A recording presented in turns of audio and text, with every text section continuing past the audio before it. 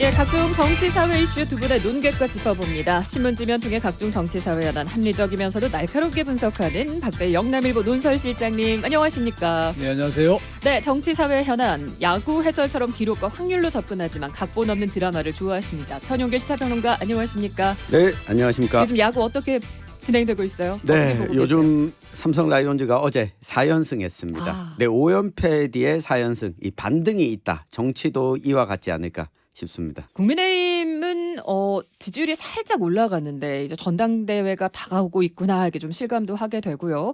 어제부터 모바일 투표 시작이 됐습니다. 그리고 오늘은 ARS 투표 및 일반 국민 여론조사가 진행되는데 책임당원 투표 80에 또 국민 여론조사 20% 반영이 되죠.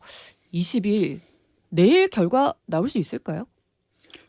지금 발표는 아마 23일이 22일 내일입니다. 22일이죠. 예. 내일 발표될 거죠, 당연히. 그런데 1, 2위가 뭐 아마 과반이 어렵지 않을까요? 그럼 26일까지 간다 이렇게 보시는군요. 제가 보기에는 대체적인 관측은 그래요. 근데 이번에 이게 뭐 여론 국민의힘 전당대회만을 놓고 보면은 그 여론조사가 뭐 그렇게 신뢰할 만한가 이런 생각도 드는데 또 계략적으로 이렇게 물어보면 이제는 뭐 이름이 다 나왔으니까 말씀드려도 되겠지만 김문수, 뭐 장동혁, 안철수 이런 정도.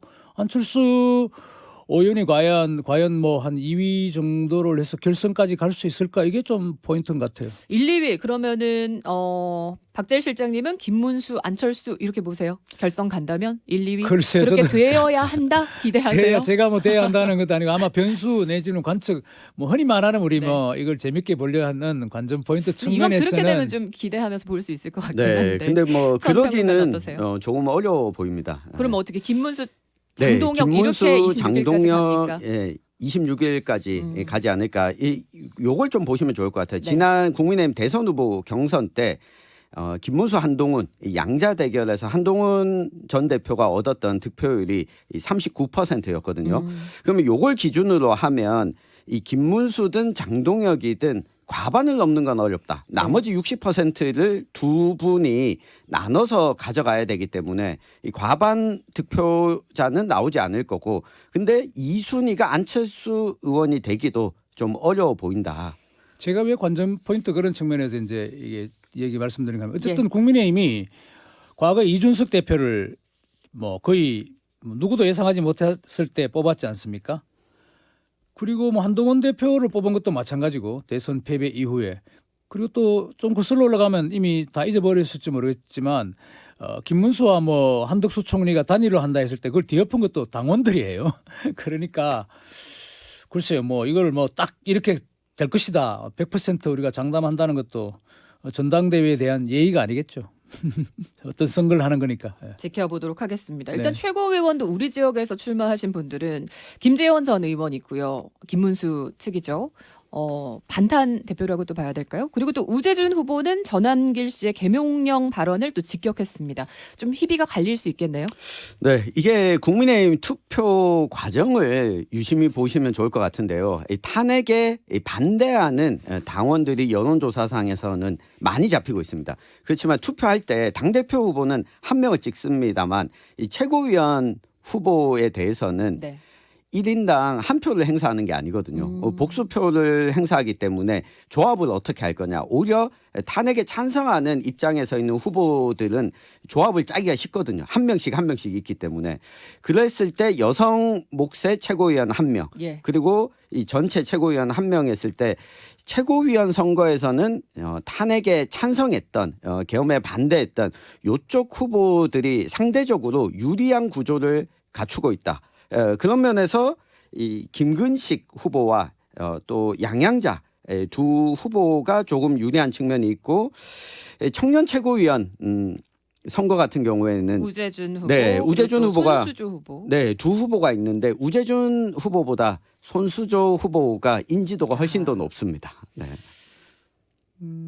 뭐 잘 분석해 주신 것 같은데 제가 이 국민의힘 전당대회 이렇게 지켜보면서 뭐 지켜본다고 이렇게 뭐 그냥 대충 보는 건데 일단 기본적으로 며칠 전에 TV 토론회 했는 게 TV조선입니까? 거기서 했는데 1.2% 시청률. 낮네요. 예. 뭐 그게 많이 본 것인지 적게 본 것인지 모르는데 어쨌든 절대적인 수치는 1.2%라는 게 우리가 낮다고 보는 것이죠. 그럼 국민들이 지금 좀 정치에 좀 지쳐 있는 감이 있어요. 탄핵 이후 뭐 계엄 탄핵 거의 지금 뭐 올 겨울부터 봄 여름까지 지금 정치적인 그 에너지 소모가 국민적으로 너무 세다. 이 와중에 지금 국민의힘이 전당대회를 하고 있는데 주제가 지금 보면은 핵심 주제가 뭐 후보군을 가르는 것이 이제 옛날에는 과거 어떤 정책 노선별로 가르는 것이 아니고 탄핵 찬성, 예, 탄핵 찬탄 반대. 반탄으로 갈렸죠. 굉장히 좀 과거 회기적이다. 회기적이다. 과거 회기적. 그래서 이게 좀 자. 문제가 된다. 그런 것을 좀 지적하고 싶습니다. 예, 이제 얼마 남지 않았습니다. 제1야당의 대표까지 또 결정이 될 테고 그렇다면 이제 앞으로 우리 정치권과 우리 지역에 끼칠 영향도 좀 전망해 봐야 될 것 같아요. 네, 저는 뭐 지역의 역량 두 가지 정도만 이야기를 좀 드리고 싶은데 하나는 당 대표가 바뀌고 나면 이제 내년도 지방선거 공천을 어떻게 할 것인가 그림이 좀 나올 것 같습니다. 그리고 두 번째는 이재명 정부 출범 이후에 첫 예산 편성 시즌이거든요. 향후 5년 국책 사업을 편성하는데 강경 지도부가 들어설 경우에 지역 입장에서는 앞으로 국책 사업에 좀 불리할 수도 있다. 이 부분을 좀 눈여겨 보시면 좋겠습니다. 예, 국민의힘의 운명과 우리의 정치권 어떻게 되겠습니까, 박재일 실장님? 지금 그 국민의힘 대구 지역은 전체가 국민의힘 국회의원들이지 않습니까? 네. 이분들이 굉장히 목소리를 내고 있지 못하다. 이 비판을 좀 많이 받고 있는데 원성이 좀 자제하죠.